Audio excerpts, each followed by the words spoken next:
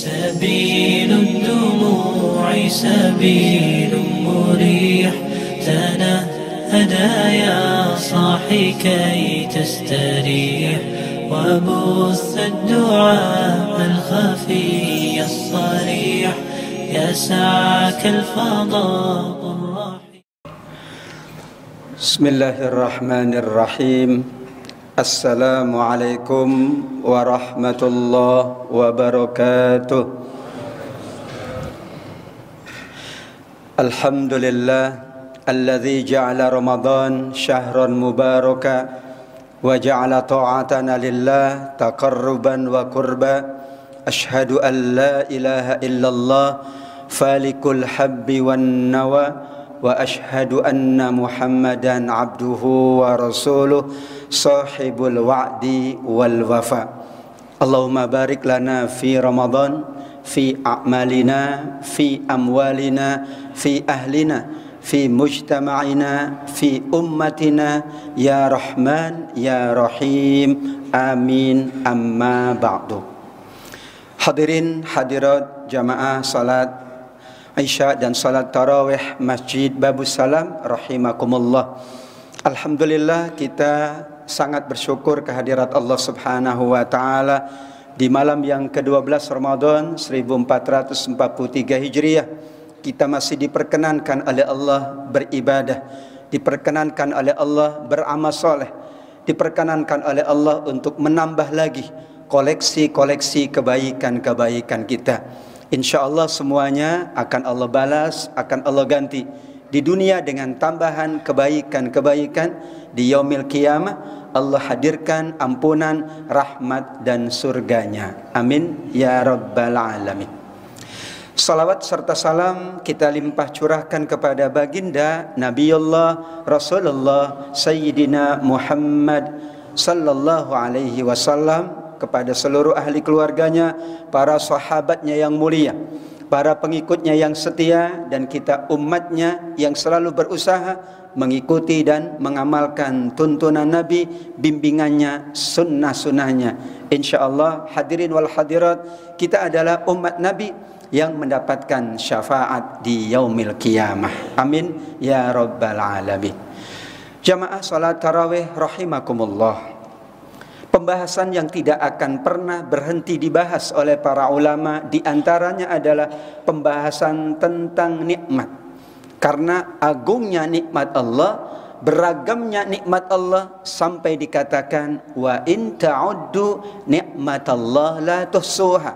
Jika kalian menghitung satu saja dari nikmat-nikmat Allah, pasti kalian, kata Allah, tidak akan mampu menghitungnya. Masya Allah. Di tengah kemacetan ternyata ada jalan yang bisa kita tempuh lebih cepat, itu nikmat. Ada seseorang jamaah yang muter-muter mencari parkir, ternyata ada orang yang memberi ruang kosong untuk parkir. Subhanallah, nikmat. Kenikmatan tidak pernah habis dibahas, karena jumlahnya, jenisnya, ragamnya, bentuknya tidak pernah manusia dapat menghitungnya sampai ia menghadap Allah. Yang sering dilupakan kata para ulama adalah kenikmatan yang bernama nikmatul qurbi wat taqarrub. Nikmat dekat dan mendekat. Qarib adalah sifat Allah Subhanahu wa taala. Taqarrub adalah kita sebagai makhluk. Kalau Allahnya otomatis bersifat qaribun, Allah itu maha dekat, Allah itu selalu dekat, Allah itu paling dekat. Bahkan dikatakan dekatnya Allah dengan hambanya melebihi dari dekat hamba itu dengan urat lehernya. Wa nahnu aqrabu ilaihi min hablil warid. Surat Qaf ayat 16. Allah amat sangat dekat. Tapi ini akrab bahasa Arab, tapi bahasa Indonesianya akrab gitu kan, sama aja ya, akrab dengan akrab. Asal jangan pakai ain. Kalau pakai ain jadi akrab, kala jengking. Allah selalu maha dekat dengan siapapun. Bahkan saking dekatnya Allah, dikatakan pula di dalam hadits qudsi, kalau hambaku mendekat satu jengkal, aku mendekat satu hasta. Kalau ia datang kepadaku mendekat dengan berjalan, aku datang berlari. Subhanallah. Allah di antara sifat yang sangat agung, Yang kita harapkan untuk selalu bersama kita adalah qaribnya Allah Subhanahu wa taala. Untuk mencapai qarib, maka dibutuhkanlah namanya taqarrub. Hadirin, kita dekat dengan orang tua nikmat sekali. Kita dekat dengan teman nikmat sekali. Dekat dengan masjid nikmat. Dekat dengan tempat-tempat mulia nikmat. Dekat dengan orang-orang soleh nikmat. Dekat dengan kebaikan nikmat. Subhanallah, ini dekat dengan yang maha baik. Agar dekat, kata para ulama, maka tidak ada kata lain, jalan yang kita lakukan adalah dengan at-taqarrub. Wa ma yazalu 'abdi yataqarrabu ilayya bin nawafil hatta uhibbahu. Di dalam hadis qudsi disebutkan istilah taqarrub, yaitu upaya yang dijalankan oleh manusia hamba Allah untuk lebih dekat, untuk mendekat. Bagaimana cara mendekat? Hanya ada dua pilihan kita untuk lebih dekat dengan Allah. Sesuai dengan hadisnya, yang pertama mendekat dengan Allah melalui kewajiban-kewajiban. Baru yang kedua, kalau ingin lebih dekat lagi, kita mendekat dengan yang sunnah. Hebat ya Bapak Ibu. Ramadan itu luar biasa. Yang sunnah saja kita jalankan. Sholat tarawih kita jalankan. Pada sepakat para ulama itu sunnah. Bagaimana yang wajib? Yang sunnah saja dijalankan. Malah kalau tarawih kan jumlahnya banyak. Lebih banyak dari sholat subuh. Alhamdulillah. Yang sunnah saja dijalankan. Bagaimana dengan yang wajib? Urutannya mendekat dengan Allah dengan yang wajib. Karenanya Allah perintahkan pula di surat Al-Baqarah 183, ya ayyuhalladzina amanu kutiba alaikumusiyam, supaya kalian dekat dengan aku wajibkan berpuasa. Sehingga cinta Allah itu sebagian ulama tafsir memahami, kalau Allah cinta kepada kita, maka Allah wajibkan ibadah. Jadi kalau ada orang tua mewajibkan anaknya, itu tanda orang itu sayang, orang tuanya sayang. Tapi kalau membiarkan anaknya tidak ibadah, tidak amal soleh, berarti orang tua tidak sayang. Karena sayangnya Allah, ya ayyuhalladzina amanu, dikatakan itulah panggilan cinta dan kasih sayang Allah. Wahai orang-orang beriman, diwajibkan atas kalian berpuasa. Berarti cara Allah menunjukkan cinta dan kasih sayangnya adalah melalui kewajiban sholat, kewajiban zakat, kewajiban puasa. Dan bagi kita, kewajiban itu adalah taqarrub ilallah. Maka nawaitunya ketika kita sholat, taqarrub ilallah. Zakat, taqarrub ilallah. Ibadah haji, taqarrub ilallah. Menunaikan ibadah apapun, nawaitu kita adalah taqarrub. Karena memang Allah menginginkan hamba-hambanya taqarrub dengan apa yang diwajibkan oleh Allah. Ini urutan pertama, at-taqarrub bil wajibat. InsyaAllah di bulan Ramadan kita mampu mendekat dengan Allah karena kewajiban kita tunaikan. Dan yang kedua, kita lebih mendekat lagi dengan Allah dengan sunnah. Dikatakan ibadah sunnah itu adalah penyempurna dari ibadah wajib, bukan sebaliknya. Yang wajib menyempurnakan yang sunnah, tidak. Yang wajib dulu baru disempurnakan dengan yang sunnah. Bukan wajibnya tidak sempurna, tapi menyempurnakan nilainya di sisi Allah. Sehingga tidak ada kemudian anggapan, kan nanti saya sempurnakan yang sunnah, jadi wajibnya biasa aja lah. Nanti saya sempurnakan yang sunnah. Tidak begitu.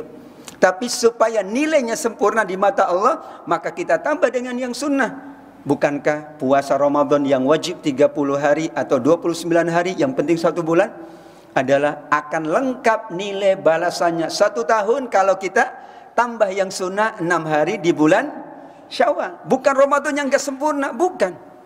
Ramadan insya Allah sempurna, kita jalankan sungguh-sungguh. Tapi supaya nilainya dilipat gandakan sebagaimana orang berpuasa 1 tahun, kita sempurnakan dengan yang sunnah. Setelah sholat isya, kita sholat rawatib ba'diyah. Bukan sholat isya kita tidak sempurna, tapi supaya nilainya besar di sisi Allah, begitu. Kalau enggak, ya udah saya wajib asal-asalan, nanti kan saya penuhi dengan yang sunnah. Ini beda. Kalau kita punya utang, ya kita tambal dengan yang sunnah. Tidak begitu. Kewajiban tetap menjadi prioritas utama, baru kita menambah dengan yang sunnah. Kehadiran sunnah adalah dalam rangka menyempurnakan ibadah yang wajib, yaitu sempurna nilainya. Hadirin wal hadirat yang dimuliakan Allah, kedekatan yang paling dekat adalah betul di bulan Ramadan. Karena Allah menyebut satu-satunya bulan yang ada di Al-Quran cuman bulan Ramadan. Bulan Syawal maaf tidak ada.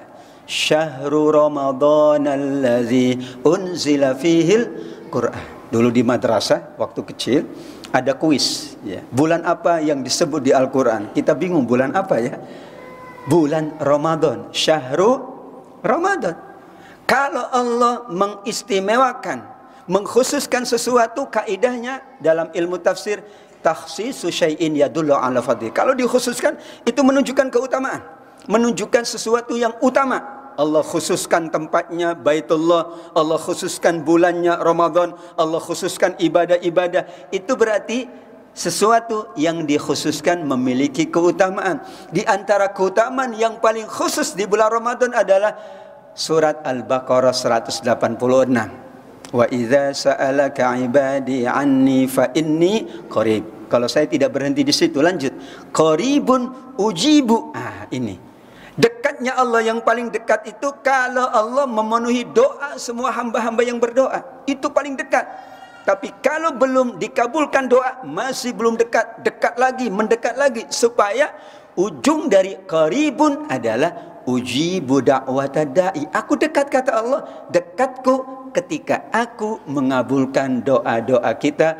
Padahal ada 3 golongan yang doanya pasti dikabul, tidak ditolak oleh Allah. Di antaranya orang yang berpuasa sampai ia berbuka. Maka takarrub kita di bulan Ramadan adalah takarrub yang sangat takarrub, karena Allahnya sedang dekat dengan kita. Kita pula sedang dekat-dekatnya, karena kewajiban, amal soleh, ibadah kita sedang meningkat. Karenanya inilah kesempatan yang sangat prima bagi kita untuk memperbanyak doa. Kata Imam Nawawi, jangan lupa doanya 4. Imam Nawawi murid Imam Syafi'i. Berdasarkan ayat ini dan hadis Nabi salasatun la turaddu da'watuhum, maka kata beliau usul doa kita 4 sepanjang bulan Ramadan.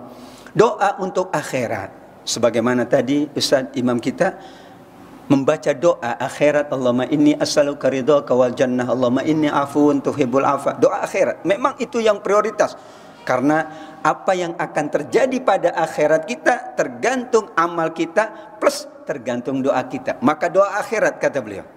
Tapi yang kedua doa dunia, karena kita tinggal di dunia, maka kita doakan dunia kita. Artinya doa dunia juga untuk kebaikan dunia dan kebaikan akhirat. Tapi kita berdoa, ya Allah, hamba diberikan kelancaran usaha hamba. Doa dunia, ya Allah, mudah-mudahan hamba sehat selalu, panjang umur. Doa dunia boleh? Boleh. Imam Nawawi menuturkan yang ketiga, jangan lupa kita doa hajat kita yang khusus. Li hajati nafsihi, kita punya hajat yang khusus. Biasanya anak muda ada hajat khusus, mau cepat nikah, silakan Ramadan berdoa hajat khusus. Dan boleh hajat khusus, boleh. Atau orang tua mau nikahin anaknya, ya, atau mau haji bareng keluarga, silakan. Doa hajat yang sangat khusus. Kalau bahasa Inggrisnya special request gitu, kira-kira begitu.